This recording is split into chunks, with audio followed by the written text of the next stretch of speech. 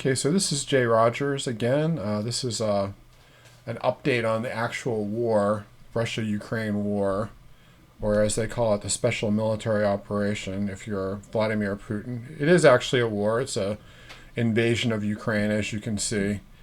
And what I want to do is I want to just start off by talking about briefly the news media.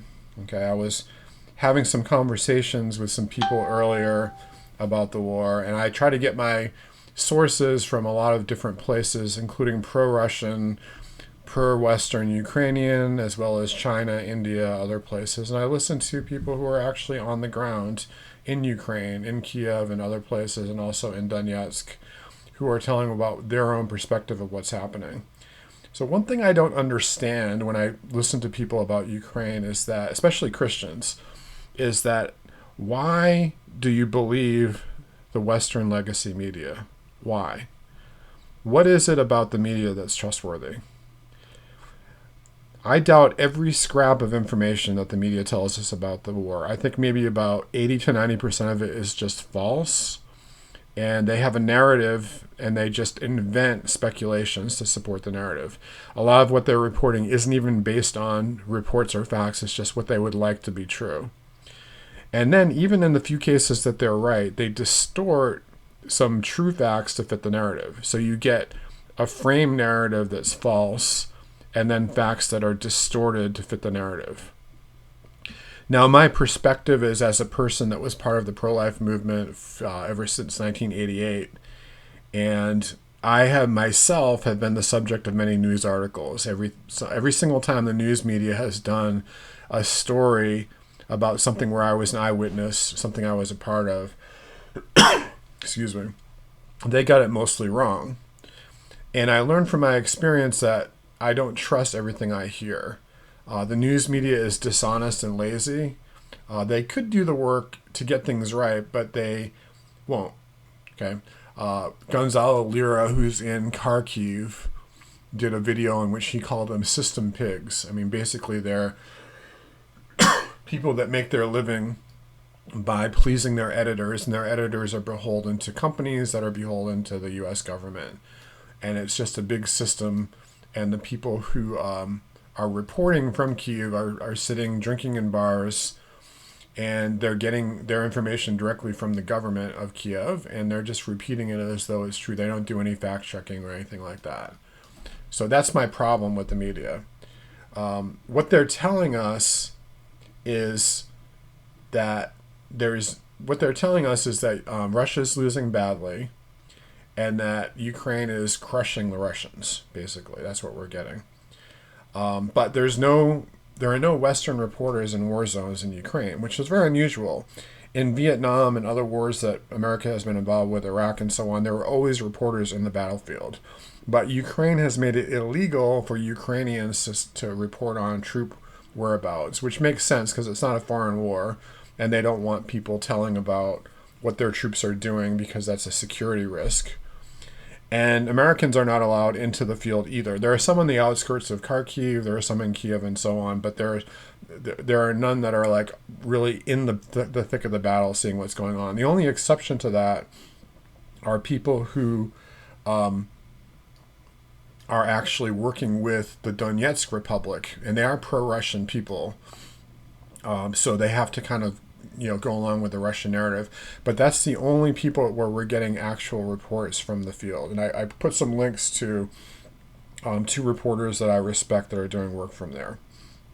Okay, so mainly what reporters do is they get photos, they get reports, they get cell phone video, and then they interpret it according to the way that they see the war is going. All right. So, even the reporters in Donetsk that are actually in Mariupol and places like that telling about what's going on, they are reporting from a pro-Russian narrative. That's true, and they openly admit that. So no news media is objective. It's a myth that you're going to find objective truth in journalism. So what you need to do is look at all the different sides and then try to draw an abductive conclusion. Like you look at all different things and you say what scenario could possibly be true by what we know and so on. there are many Ukrainians that believe their own government's propaganda, but there are also many people on the ground that know that their country is losing badly. And that's very sad because they see that happening. As one of my friends told me, they said only foolish people and little children believe in the government's lies. Okay, most people understand that there's rumors, there's propaganda, and so on. So as I said, the biggest lie is that the Russian army is losing in Ukraine. And this is ridiculous for a number of different reasons that I'll just mention briefly. Common sense just tells you that this is craziness. I mean, here's the largest, most advanced army in the world, possibly with the exception of the United States. They're actually more experienced recently in battles. They've been in Syria and Libya and places like that. And they have Chechens who are very fierce fighters and so on. And they're going up against the poorest country in Europe that has virtually no money to support the military, very little support from the West so far, and not much of an army prior to 2014 when NATO and the US began arming and training them. And they've actually had to rely on these independent militias, which are basically just rogue militias made up of very bad people, prisoners and neo-Nazis and people like that. And that actually does make up a large number of their forces in the east, in Mariupol especially, and then throughout the Donbass region. So what's happening right now, occasionally you're going to hear a Western report out of Britain or Germany or the United States slip up and they'll explain that the war is going badly. I saw a general on Fox, on MSNBC or CNN the other day talking about that. I think it was CNN. And they were saying that, yeah, the Donbass looks really bad for the Ukrainians right now. So this is the most recent map. And what's happening right now is about 50% of the Ukrainian army are in Donbass. And the rest are defending cities to the west. There were originally about, let's kind of like zoom out of this map a little bit. And we can go back to the very beginning of the war. There's a time thing up here that I can go back to February. Let's go back to March 1st. Or let's go back to February. Okay. This is the day of the invasion. Okay, and this is the original plan, was that you had troops in Belarus, troops in Russia, throughout Russia, and then support. Then there were troops actually in Donbass that have been there since, people, natives of Ukraine that broke away from Ukraine back in 2014. And they've been fighting there since 2014. We have Crimea, who also broke away from 2014. So the very first day, they took out most of the Ukrainian infrastructure as far as their military, their communications. They basically, whatever ships they had in the Navy were sunk. The Air Force was 80% grounded. There are still some Ukrainian airplanes, but basically Russia controls the sky and so on. And then as we went on in time, what happened was you saw this regiment of tanks that began to surround Kiev and Kharkiv, and also another town called Chernigov or Chernihiv. Okay, so if you go up to, let's go month by month. If you go up to about March 15th, this is what the map looked like then. Okay, and you had this area where Russia was encroaching on Kiev. They had surrounded Kharkiv, not on all four sides, but maybe like 2 or 3 sides. And also, they were bringing troops down from this area. Okay, and there was this very long tank column in Kiev. Now, the narrative by the end of March is that the Western narrative is that Russia withdrew. Okay, they started to withdraw on March 31st from Kiev. And by April 4th, this is what the map looked like. Okay, they'd withdrawn most of their troops out of the northern part. There is still shelling going on. Shelling can take place from any of these areas up here. And the narrative was that Russia lost the Battle of Kiev. Okay, that's the Western narrative. Now, there's another narrative which basically follows the communist playbook, which is called cause a commotion in the West and attack in the East. There's actually a book written by Chairman Mao in which he described that. And that goes back to like the Chinese philosopher Lao Tse. You can't control you can't control the outcome of the war unless you do two things. Number one, know your enemy, which the Russians certainly do. And the second thing is that cause your enemy, don't react to your enemy, but cause your enemy to react to you. So you cause a big commotion and you make the enemy think, we're going to take over Kiev. We're going to come with our measly 30,000 troops against your 30,000 troops, or maybe they had 20,000, but they had armed civilians as well. They had about 10,000 to 15,000 armed civilians, and they had 20,000 troops here. And the Russians came down with a column of tanks, 30 miles long, about 20 to 30,000 Russians, and they just camped there for over a month. And they didn't actually make any progress. They made slow progress in the suburbs, devastated some smaller towns, but never took over Kiev. And so the Western narrative is they failed, but I think more likely that, the stated purpose of Russia was to demilitarize Ukraine and to denazify. And Putin and his generals and Lavrov and others, they have said from the very beginning they do not plan to occupy all of Ukraine, but they plan to just liberate Donbass, which is not just this red line area here, but it's also the entire oblast, which extends from west of Mariupol all the way up to very close to where Kharkiv is. That was the goal, and basically to demilitarize Ukraine so that they would be non-NATO status, that they would be neutral, that they couldn't continue to attack Donbass as they've been doing since 2004. There's been a conflict between these two republics, aided by Russia, and then the Ukrainian army and the militias. And what a lot of people don't understand about that is that from the very beginning, people think that Putin decided to invade Russia in 2021, and then 2022 they pulled the trigger. But what they don't realize is that there's been a battle going on between these two republics, Lugansk and Donetsk. And at one time they controlled all the area out to this line right here. And then by 2015 they'd been pushed back. And then at that point they pushed back almost to the Russian border, even in Lugansk. But then what they did was they got Russian assistance, and they came in very strong, and they were about to destroy the Ukrainian army in early 2015. Then the Minsk Accords were called. They drew this line saying that there'd be a ceasefire, that they would work out some type of autonomy for these regions. There are a number of different proposals, but those were violated immediately by both sides. I'm not going to blame one side or another. I'm going to say both sides were at fault, but that's been going on since 2014. So this is a conflict that started in 2014. It's not a war that started in 2022. The other thing that people are wrong about is that they say that it's a battle between Russia and Ukraine.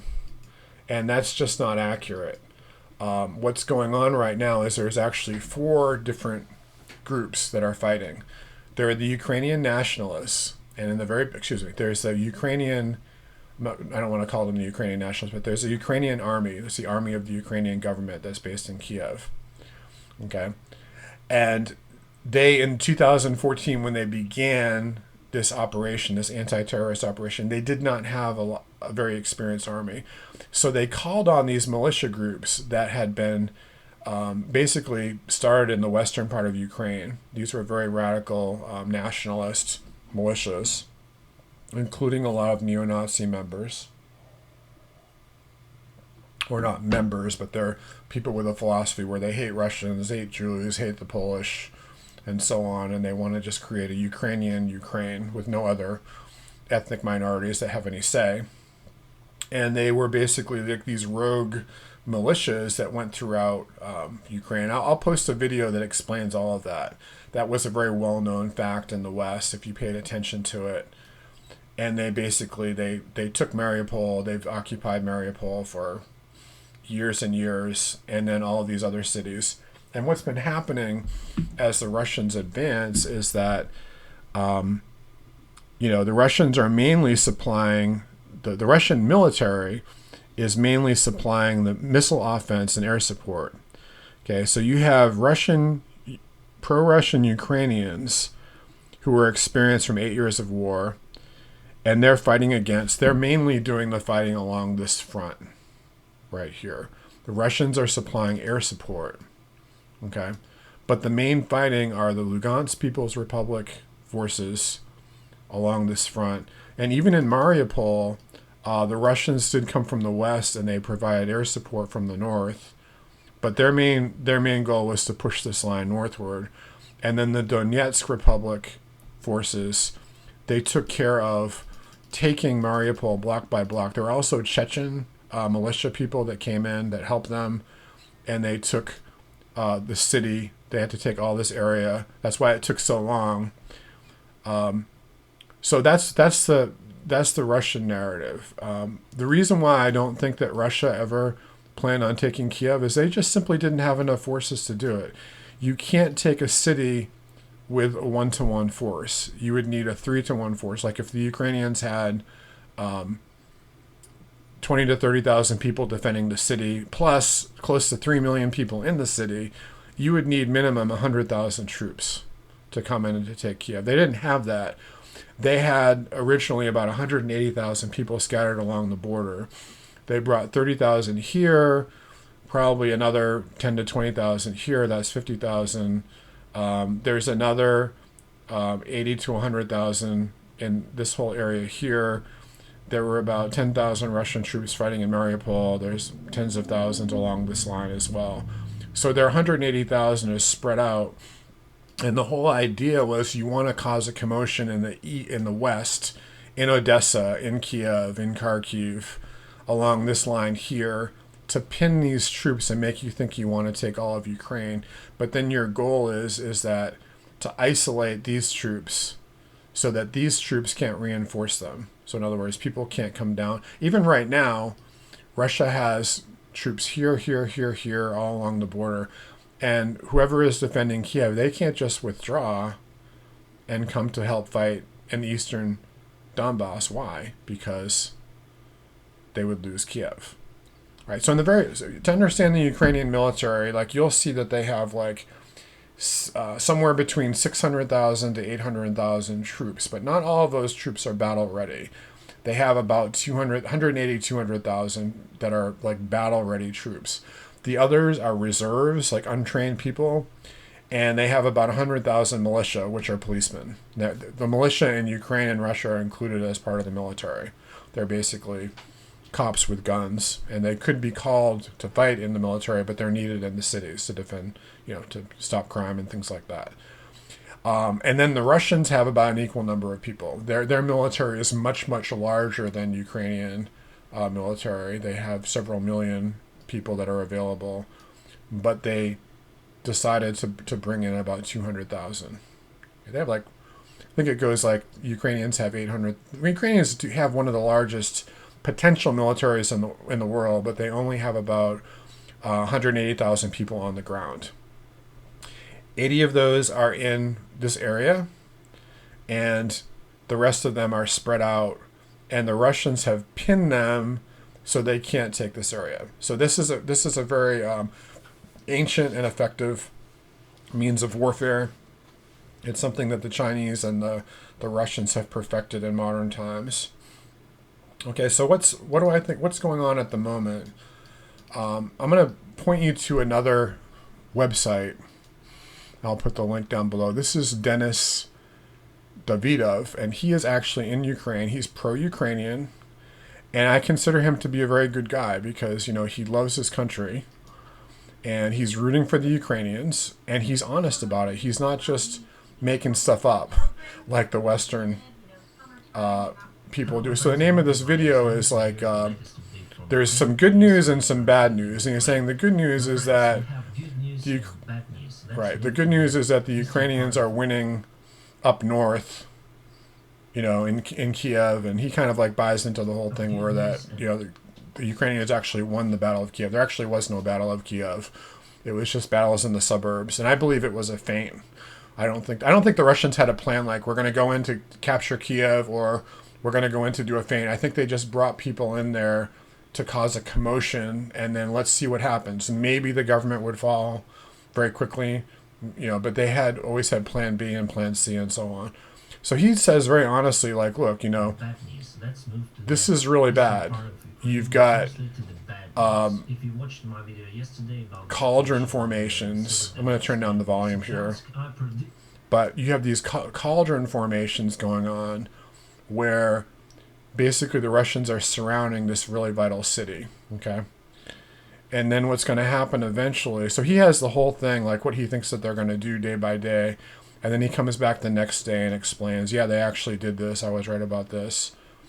And this is a reporter from the field, you know. So there are people that, this is Kharkiv though, this is not in Donetsk itself. He's talking about that a little bit. I think that's Kharkiv, but he's saying that the ground right now is not soft like it was earlier in the spring. It hasn't rained in a long time.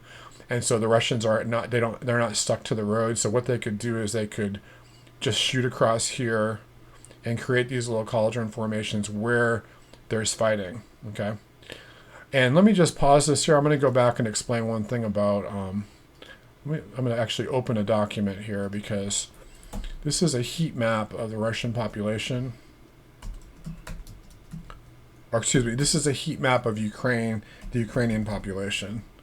And it's, I want to show you something about the Russian area of Ukraine along the east. It's very interesting. A lot of people don't realize this. Oops, that's not right. Let's go to images. Where is my favorite heat map? Where is it? Where is it? Something that's in Wikipedia that's very useful. Here it is. All right, so this is density population in Ukraine.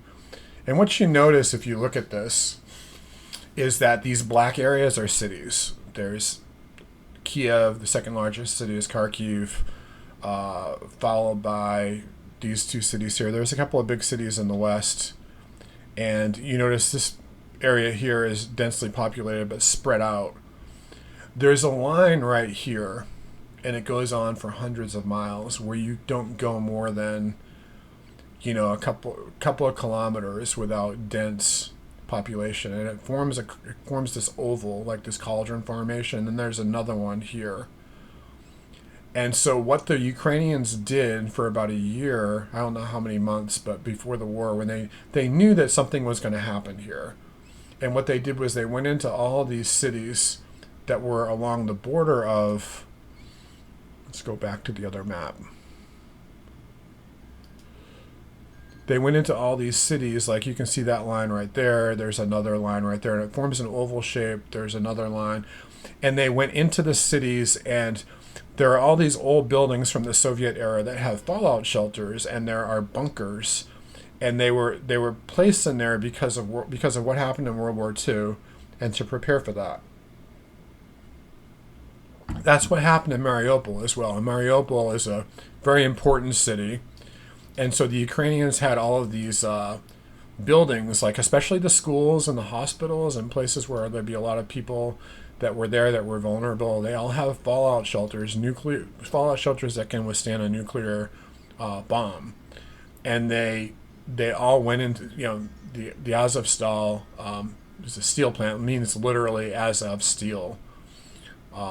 And it's a steel plant that has these very large underground tunnels and so on. They all went in there and fortified, and then they knew that they also brought in civilians, used them as human shields, and they knew the Russians would have to attack the buildings. So whenever the Russians attacked the building, they put out the propaganda saying that, oh, you know, they bombed a hospital, they bombed a school. It was not actually a functioning hospital or a school, but it was basically a bunker area that they had taken over in preparation to defend. And so now so the Russians had to go They basically got the perimeter of the city. They beat back the troops, probably killed a lot of them, and they had to go block by block. And you can see in Patrick Lancaster's videos day by day what's going on there. And I'll post a link to that as well down below. So that's what's going on there. Okay, so going back to the heat map. Oops, that's not what I wanted to show you. This is what's going on. Very densely populated area, and the Ukrainians are dug out. They're basically... Now, that's good for the Ukrainians for defense purposes, but it's also bad. Why is it bad? Well, as our friend explains here, the problem with this is that once the Russians surround the areas, they're basically sitting ducks. They can't maneuver. So the Ukrainians have, here he's showing a missile that, this is talking about a completely different thing now, but he's showing how, you know, they're here and the Russians are surrounding them. Okay, these are areas where the Russians had been and they were beaten back. The green areas are places where the Russians had previously taken, and then they retreated. But the goal is basically to try to surround the area, and then they can't retreat, and they're basically sitting ducks. So they have a choice right now, is they can either retreat in the next few days or the few weeks, in which case they lose Donbass, or they are annihilated. And the same thing is going to happen out in this area. See, let's look at this.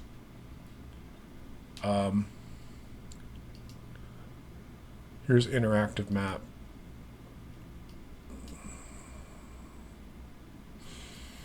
This is a town called Chromatorisk, and right above that is called Slovyansk. And they say that there's about 30,000 of the 80,000 troops. There might be only about 60,000 of the troops left, because some of them have been killed, some of them have been wounded, some of them have just gotten worn out. And they're replacing them slowly with older men. You see that in the POW reports and things like that. There's actually some very good video of the Donetsk Republic people. I'll show you that probably in another video, where it shows exactly how they take these cities and towns block by block. They basically go in with hand grenades and bombs and things like that, mines, and they throw them into bunkers, and they ferret out the militia groups that are hiding in there, and then they capture them.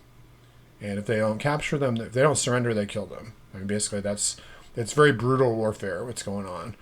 And so that's the reason why it's taking so long, is they literally have to go block by block.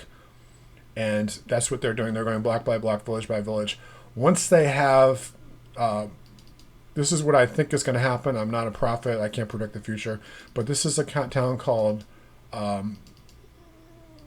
Popasna, and they say that they were within a couple of days of taking this. This is all very similar to Azovstal, where they have an industrial area. They've taken the city. The industrial area and a few other blocks are not taken yet, and they're hiding in there. Once they take that area, what they're going to be able to do is they're going to be able to punch out to this highway, and the idea is that if they can break through also in Lugansk, which is this, or excuse me, in Donetsk, that they would be able to take the perimeter of Donbass, which is actually this is the Lugansk Oblast. I'll show you this in a minute. And then the Donetsk Oblast is this other line here.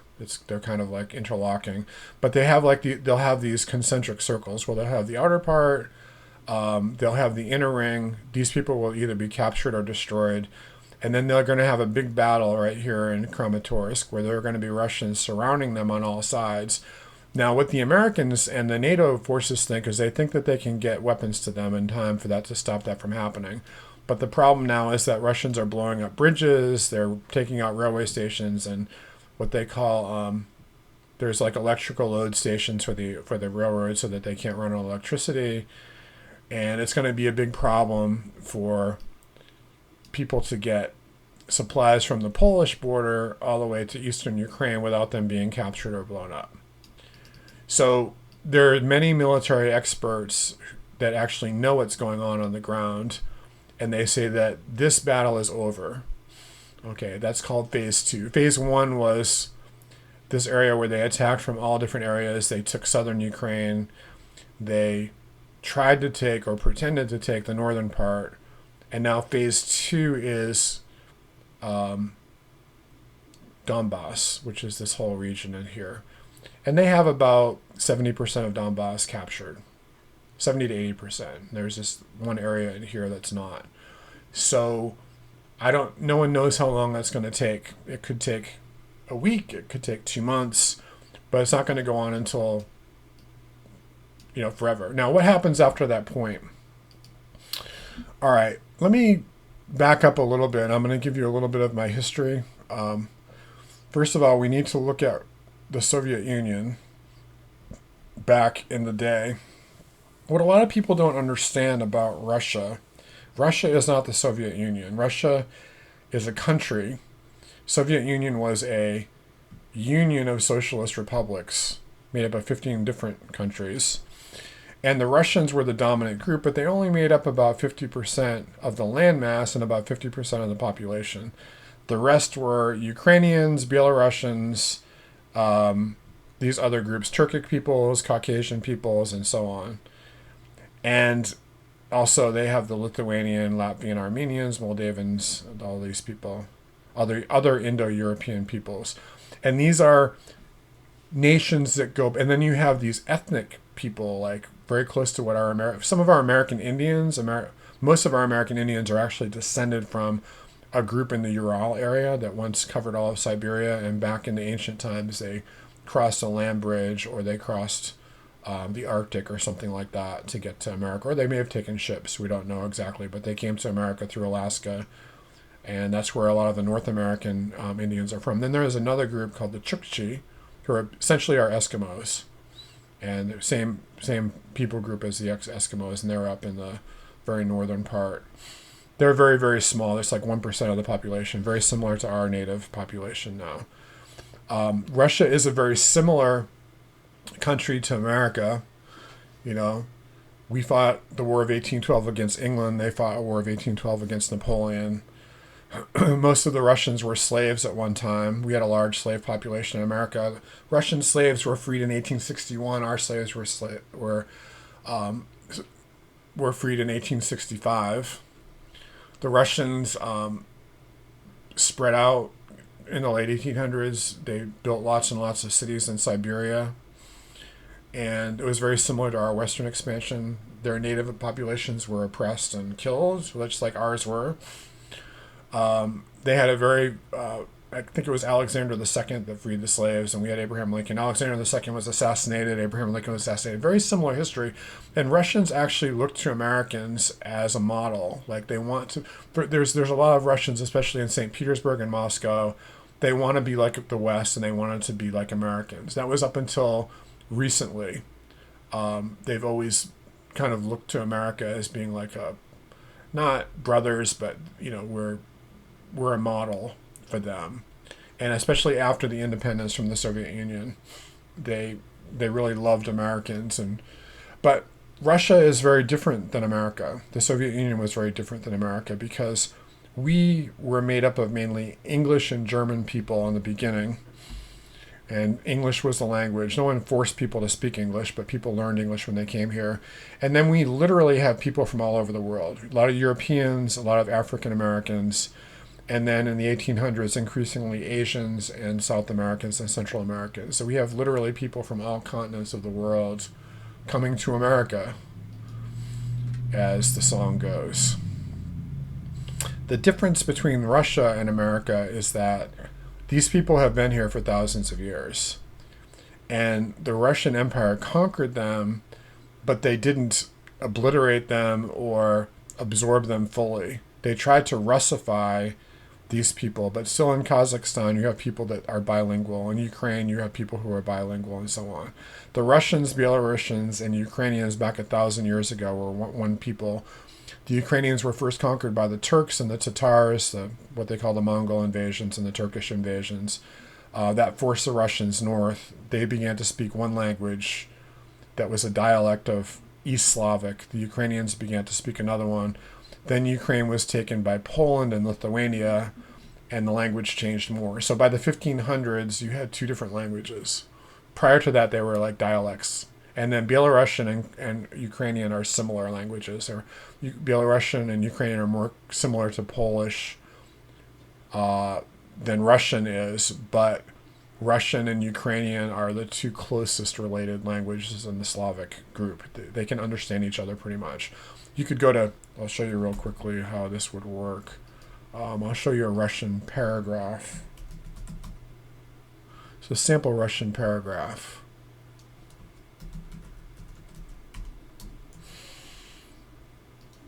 Okay.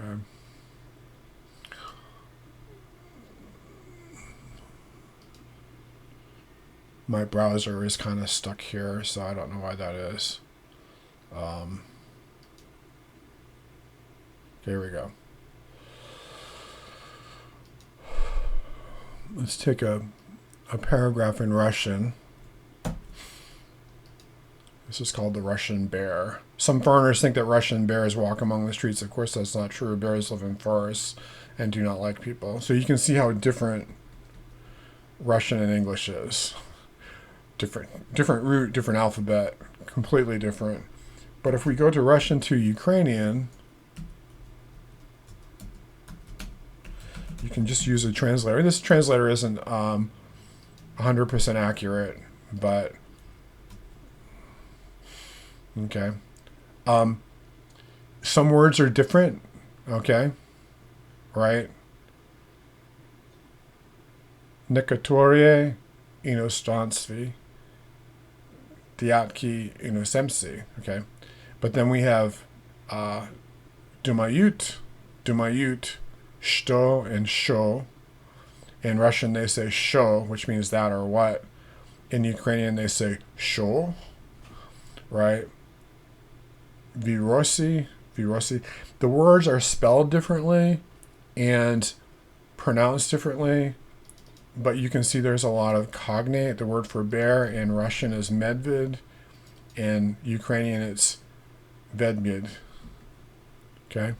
Kojat. So 80% the same, and Russians and Ukrainians can understand each other very easily with a little bit of practice, especially. And people in Ukraine speak Russian and Ukrainian bilingually. Okay, so the center part of Ukraine, people are used to speaking both languages, the same in the east. And it's only like in the western part of Ukraine, there are 4 provinces there where people speak only Ukrainian, and they pretend they can't speak Russian, but they really could probably if they tried. Okay, let's see. What else do we want to look at here? This is Russia and Ukraine before World War II. It was one country. It was part of the Soviet Union. And you can see that Poland, Lithuania, Latvia, Estonia, and Kaliningrad were separate countries. Kaliningrad was part of the area known as Prussia, which is modern-day Poland and Russia. And Romania had part of Ukraine. Hungary had part of Ukraine. And Poland had part of Ukraine and Belarus. These are the modern-day borders. So if you were to go forward into the future year by year, this is going to take some while to load.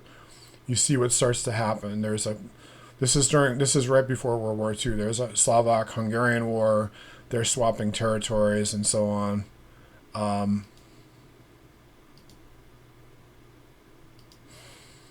Let's see if we can do this quickly here. And you see what starts to happen is Germany comes east. Okay? And what happens as a result of that?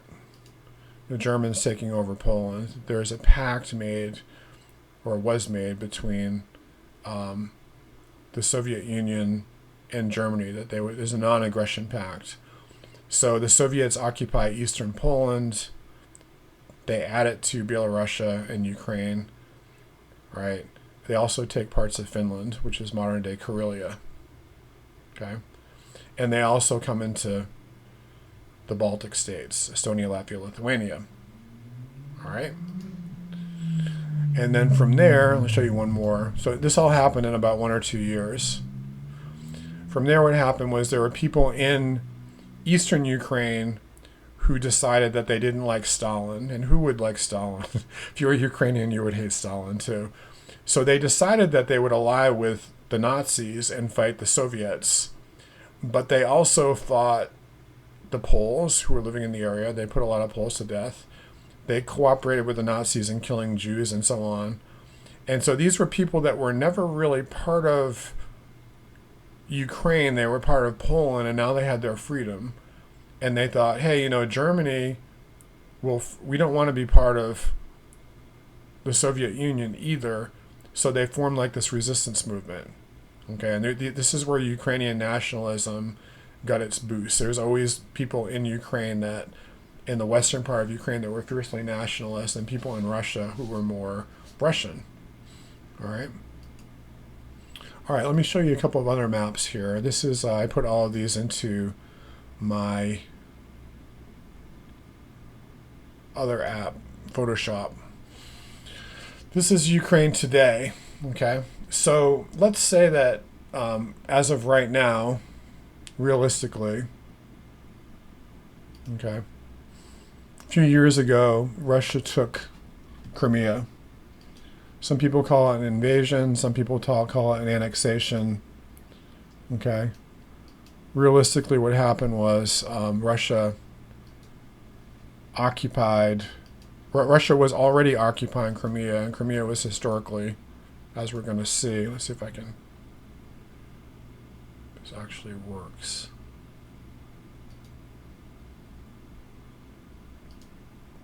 Oops, I should go to make this red because we like Russia to be red. Okay, so they took Crimea. That was in 2014. What happened was that there was a revolution in Kiev. There were riots in Odessa, riots in the east. Not riots, but it's kind of like protests that were somewhat violent. And Russia saw that happening, and they saw the clampdown in Odessa, and they thought, we're going to lose Sevastopol. And Russian had naval bases in Crimea in agreement with Ukraine, and they thought, we're going to lose our military advantage here, so they took Crimea. Okay, they just thought, like, this government is an illegitimate government. The people in Crimea voted over 90% to join Russia. Some people say that was fixed, but in reality, if you look at polls since that time, that kind of confirms most people in Crimea, they think of themselves as Russian and so on. Same thing happened in Donetsk and Lugansk. They were reacting to, I said this wrong earlier. This is actually, all of this is Donetsk, and Lugansk starts here. This is the capital of Lugansk, and then this is the other border. These two republics, they took over government buildings. They decided that they were going to declare their independence from Ukraine. And they didn't declare themselves part of Russia. They just said, we don't agree with these new laws that say that we can't speak Russian. Right? We want our kids to learn Russian in school. We don't want to be treated like second-class citizens. So some of them wanted to become part of Russia. Some of them wanted to stay in Ukraine, but many of them just wanted to be left alone. Like, let us be autonomous, let us be a federal republic, and not have to have Kiev tell us what to do. Kind of like very similar to federalism in America too. So they broke away, but the Ukrainian forces fought back, and they basically drew. Let me see if I can find this other.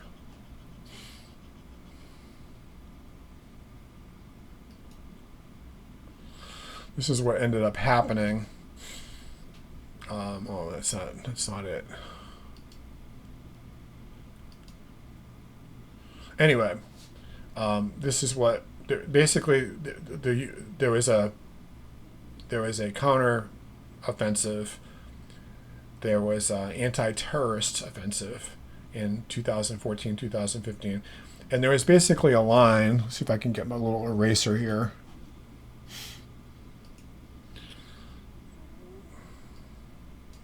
That's not it. Where's my eraser?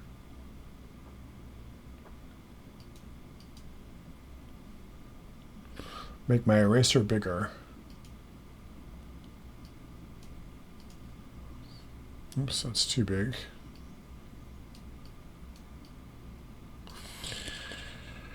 And this isn't completely accurate. Oops, what happened there?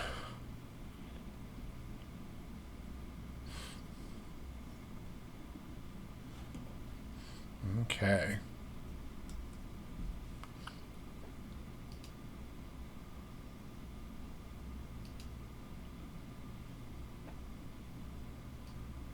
All right, this. Anyway, what happened was they basically they were able to draw a line where it went from Lugansk out to this area and so on. We see it in this map right here. Let's go to let's go back to our UA map. It's this line right here. Okay, so this is all of Lugansk starting up. It's hard to see these lines, but it starts up north from the northern border. It comes down, stretches way out, and this is the original oblast. Okay. So what happened? What's happened since that time is probably Russia is going to take these two areas, and they're going to become part of Russia. That's almost a foregone conclusion. And the funny thing about it is that what Russia wants is they want Kiev to declare all of Ukraine to be neutral. In other words, NATO forces are not going to fight in Ukraine anymore.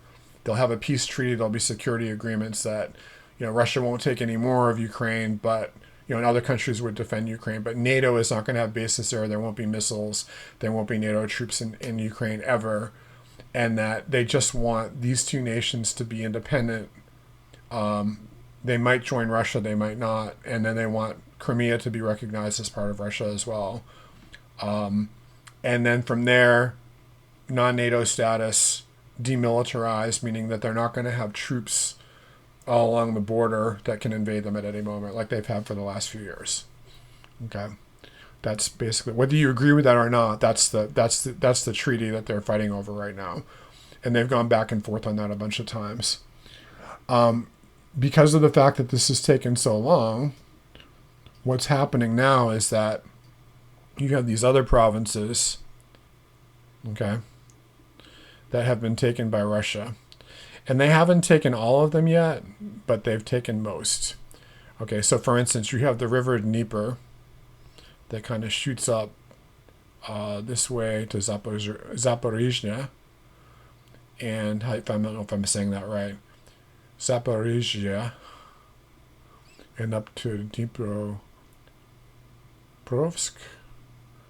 And then it goes all the way up to Kiev and then up through Chernobyl. That's the Dnieper River. That kind of partitions Ukraine. All right, this is the east, this is the south, and then everything west of Kiev is the west. Okay, Kiev and like this whole area here is the west. There's central Ukraine, which is very sparsely populated, as you saw according to the heat map. And that I'll show you the heat map one more time.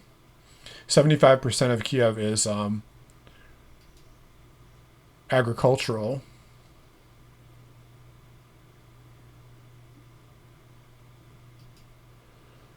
And basically farmland. Okay. Industrial area along the coast, shipping area, capital, some other large cities where there's industries, and then the east, which is historically Polish and Hungarian. Okay, that's what Ukraine is. I'm going to speed this up a little bit. All right, so this is what's happened since then. This is the current map. Okay. Everything up to the river Dnieper has been taken. Russia would like to take Zaporizhia and the rest of Kherson, hold referendums there, add them to Russia. That's where we're at right now. This is exactly what the map looks like right now if you look at the war map. Okay. Oops. My cursor is not cooperating with me. Okay, here we go. This is what things look like as of the moment. And this is what I have. Okay, basically the same thing. So if I were Kiev, I'd make a deal. Stop the killing. But Zelensky isn't going to do that because he'd be called a traitor. And the West doesn't want them to do that. And I'll get into that in another video, but this is what might happen next. There's another region, you might know about this, it's along the border of, it's much thinner than what I'm drawing, but it's called Transnistria. And there is historically a lot of Russians living there, and I'll show you that in a minute. What Russia might do next is this. This would be phase 3. And I don't know how long this would take, if it would be in June. And we start to get here, and it's a big mess because now you're on the border of Romania. It's more of the country. More weapons start to arrive. So I hope that this doesn't happen. But there's a little area down here which is like it's an ethnic group that's in southern Moldova. I forget exactly what their history is, but they're not Romanian or Ukrainian or Greek or anything like that. They're just a little ethnic group, and they have their own independent republic that no one recognizes. Then no one recognizes Transnistria either. There's Ukrainians and Russians living in Transnistria. They're a good portion of the population, probably about half of them, and they're strongly pro-Russian. Even the Ukrainians are, ethnic Ukrainians are strongly pro-Russians. They don't like the Romanians. They feel that if they were part of Moldova, basically Moldovans and Romanians are similar ethnically, and they're afraid that what might happen is that they would be persecuted. So right before the Soviet Union broke up, they declared themselves independent. This is like 1990. And they never left the Soviet Union. Basically, Transnistria is what is left of the Soviet Union. They still, see themselves as Soviet people. It's kind of it's kind of like a little time warp if you go there. I've never been there, but I have friends that have. Okay. So what happens from there, we don't know. But I'm going to give you a little quick history lesson, and I'm going to talk about my own experience. This is, oops, let's get out of this.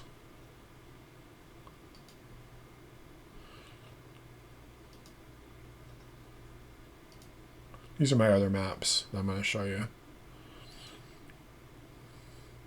But I have these all in one document. Okay, so this is and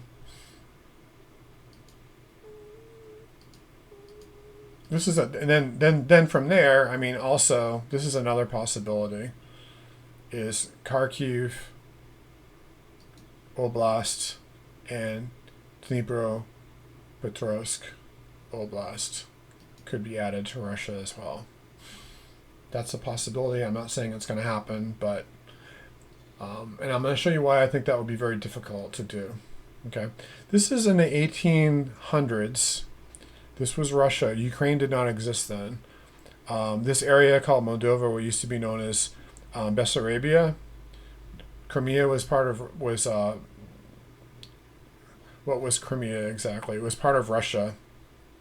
It was a separate district of Russia, a separate region. And this part of Russia was called New Russia. Ukraine was called, what was it called? Malinka Russia or something, Little Russia.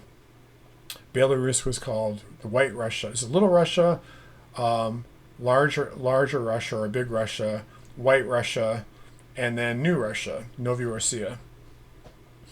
And this was a region of Russia that had been added to Russia recently, and it came from Turkey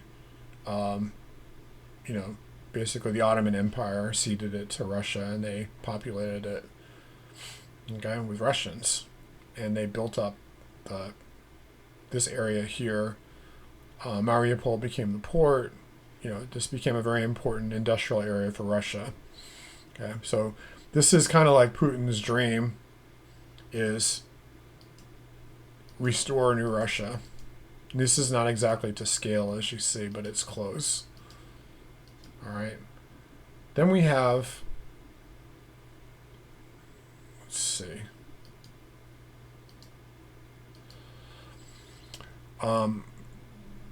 This is the Russian-speaking regions of Ukraine.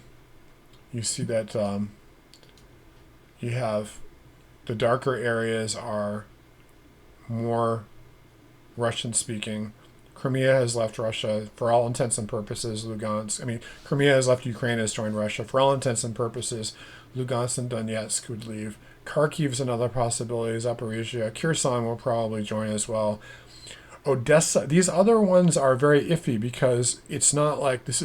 These areas are very heavily pro-Russian. Mariupol was heavily pro-Russian. The city of Donetsk, the capital city, is heavily pro-Russian.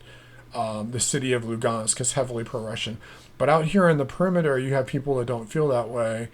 And then as you get out here, it gets to be like 50-50. But if you look at the way that people voted as well, okay, like for instance, see if we can go to...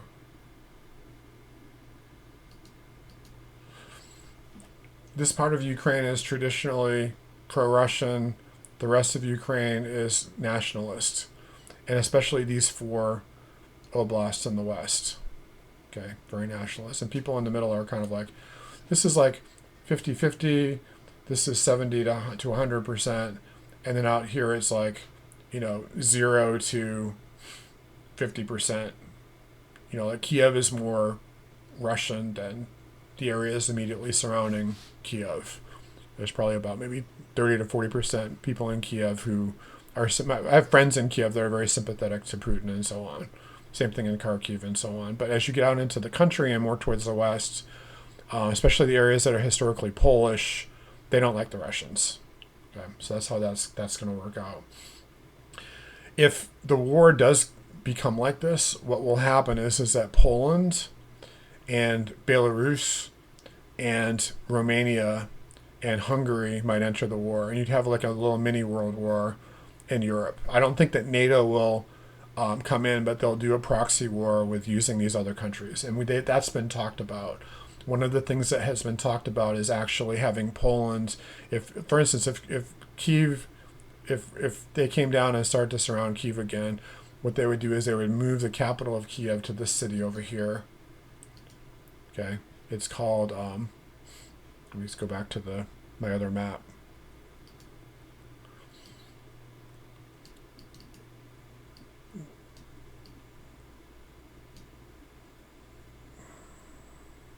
Oops. This is Lviv, okay? And Lviv, there's Lviv, Lutsk, and a couple other cities. Ivano-Frankivsk. These are Polish cities, okay? The idea would be to move the capital for now, for during the war, move the capital of Zelensky and so on. We go to Lviv, and Poland would occupy this area and form a buffer zone. The problem with that is that historically, Poland has said the Soviet Union had no right to take this area from us. The same thing with Hungary. Hungary has said this whole area of Ukraine is Hungarian. It's called Uzhgorod and Mukachevo, Uzhgorod. I was there actually for a while. I'll show you some places I've been in Ukraine. That's been going on since after World War II. But I don't think that Warsaw is going to just say, okay, we're going to take these from you. What's going to happen, what could happen, I'm not saying this would happen, but this is a possibility if things get out of hand, is that things would be divided up into what they were. This was the original boundary of Ukraine. After World War I, what happened was that there was two different republics. There was the Ukrainian Soviet Socialist Republic, which was pro-Russian, and then there was another republic called the West Ukrainian, excuse me, the Ukrainian Republic of Kiev, which was this area here. And then right after that, there was another area that split off called the West Ukrainian People's Republic and the Carpathian Ruthenia, which are areas that were sympathetic to Poland. These were the areas that later fought against the Soviets in World War II. So Ukraine was very briefly a country back right after World War I, right during World War I. And what happened was there were actually two Ukraines for 1 year during 1918. And then they unified, and then basically they were absorbed into the Soviet Union after the Bolshevik Revolution. Okay, a little bit complicated, I know, but basically, in 1922, this was Ukraine. This area belonged to Russia. It wasn't given to Russia until Crimea was not given to Ukraine until. Let's see if I can find that map real quick. Let me see if I can find it. Just to give you an idea.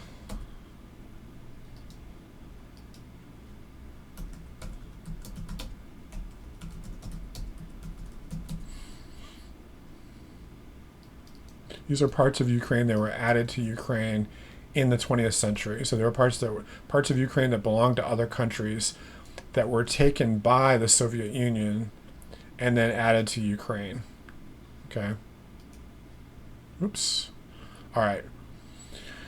So was Ukraine made by Lenin or unmade by Putin? This was all Russian, and this was Ukrainian territory in 1654. It was more like ethnic territories where Ukrainians lived. This was all Russian. This was Polish. Okay. So what happened was, in order, Lenin added when they made the Soviet Union, they added New Russia to Ukraine, and then Stalin decided, well,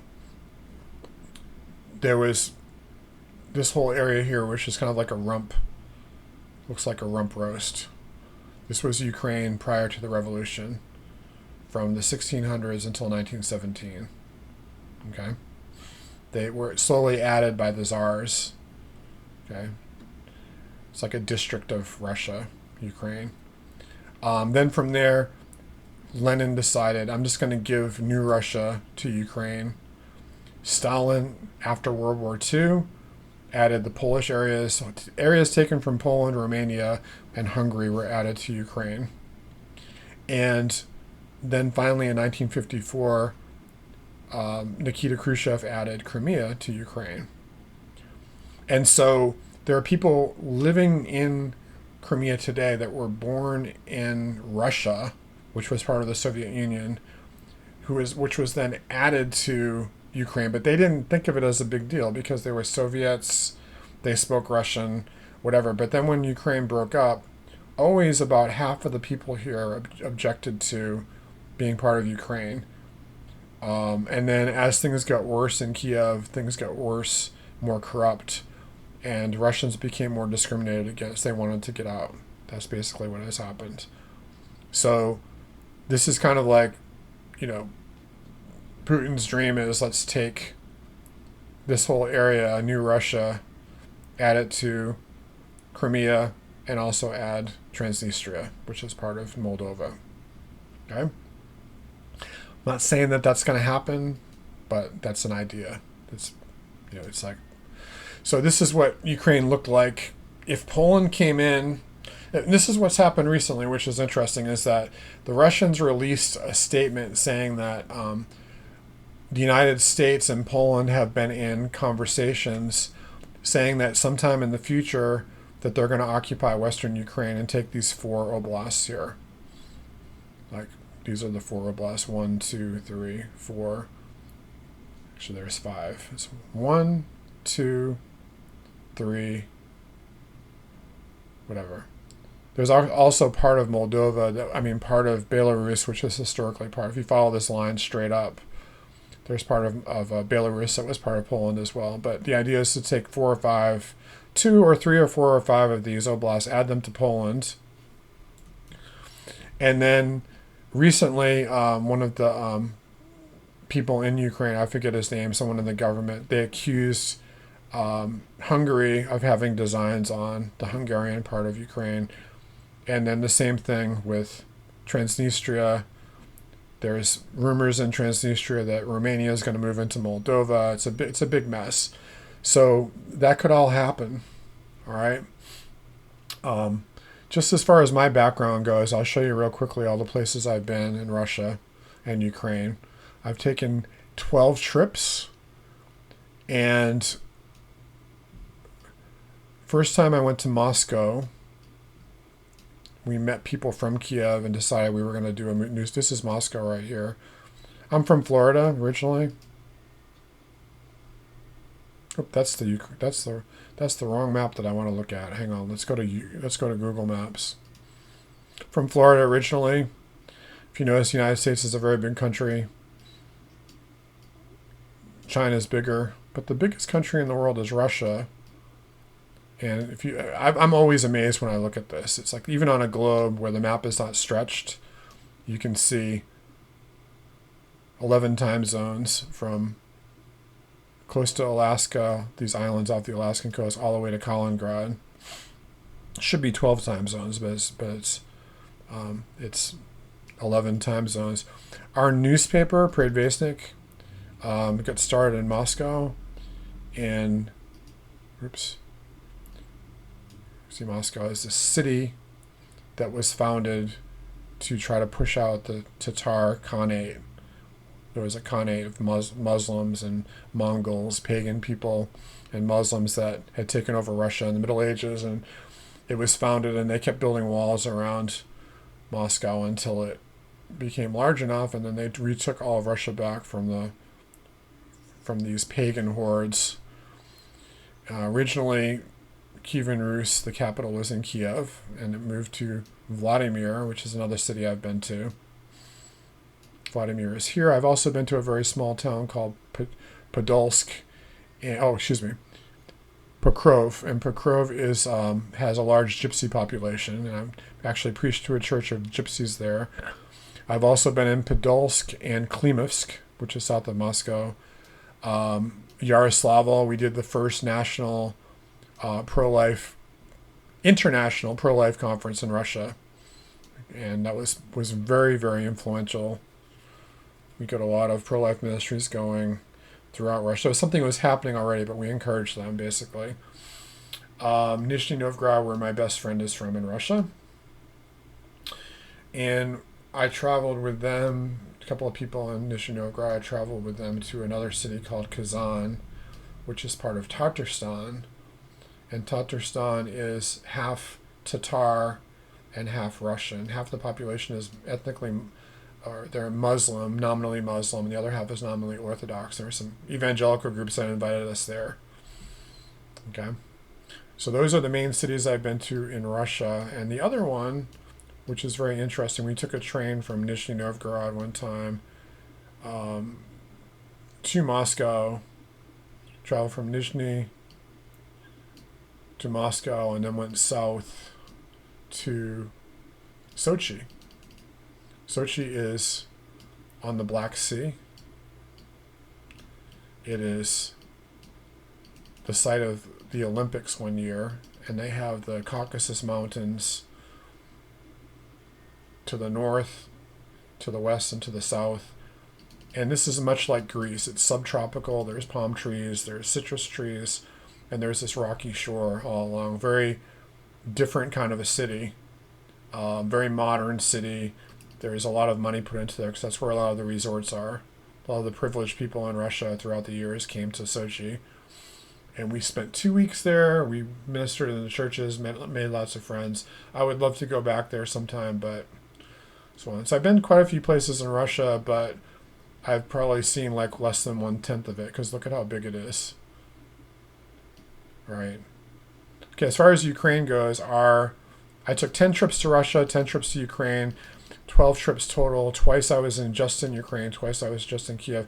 I spent a lot of time in Kiev. I love Ukraine. I'm heartbroken about what's happening in Ukraine. I also went and worked with a teachers conference in 2007, and we traveled by car from Kiev to a city called Rivne, or what they called Rovno, but now it's called Rivne. If you go directly by car, you end up in, where is it? It's directly between Kiev and Lviv. It's not showing up on the map. Anyway, so we went from Kiev. I'm not going to belabor this, but we went from Kiev to Rivne, where I stayed for a week. We also visited the very furthest west that you can go in Ukraine, which is the Carpathian mountain region, and we were in Makachevo, which is a Hungarian area. If we switch to 3D here, this is very dramatic, as you can see. This area is quite incredible. It's all mountainous.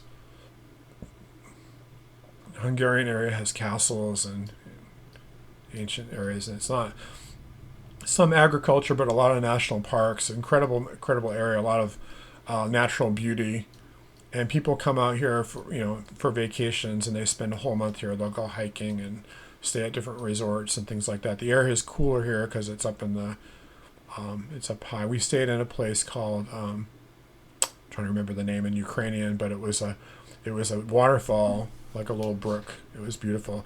So I have quite a bit of experience traveling in Ukraine and Russia. I hope you liked the video.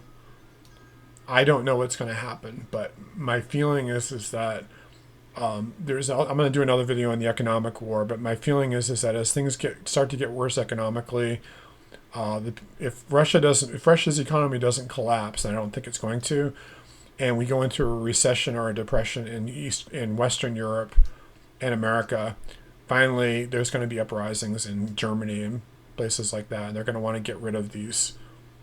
Boris Johnson is already a goner. They're probably going to want to get rid of Schultz. And at that point, the governments are going to say to Zelensky, they're going to say, this needs to end because it's crippling us economically. Give Putin what he wants. And I think that Putin, hopefully, will be willing to take less than what his designs are. Maybe just the 2 oblasts, maybe 4. But we won't have to deal with this whole other mess. And this is a real serious thing. I mean, there are people in our government that think it's a good idea to push us toward this, because what they believe, and I'll cover this in another video, but what they believe is if they fight Moscow long enough, that the government will either be overthrown by the people or the economy will collapse first, and there'll be all these different ethnic uprisings throughout Russia, like I showed you, all the different ethnic groups, and basically they'll be able to weaken Russia to the point where they can divide it up. And I'll do another video on that later, but this is getting a little bit long, so I think I'll end it here. And pray for Ukraine, pray for Russia. This has really gone on too long. And I love both countries very much with all my heart. I have a lot of friends there. I have friends in Russia who are on the side of Ukraine, and others that don't believe the hype and support Putin. I have other friends from Ukraine that are anti-Russian, and some people who are pro-Russian. So it's just like it's a big mess. It's dividing people. It's hurting people. And we just need to pray for an end of it, that God would be good and He'd bring something good out of it finally. Amen.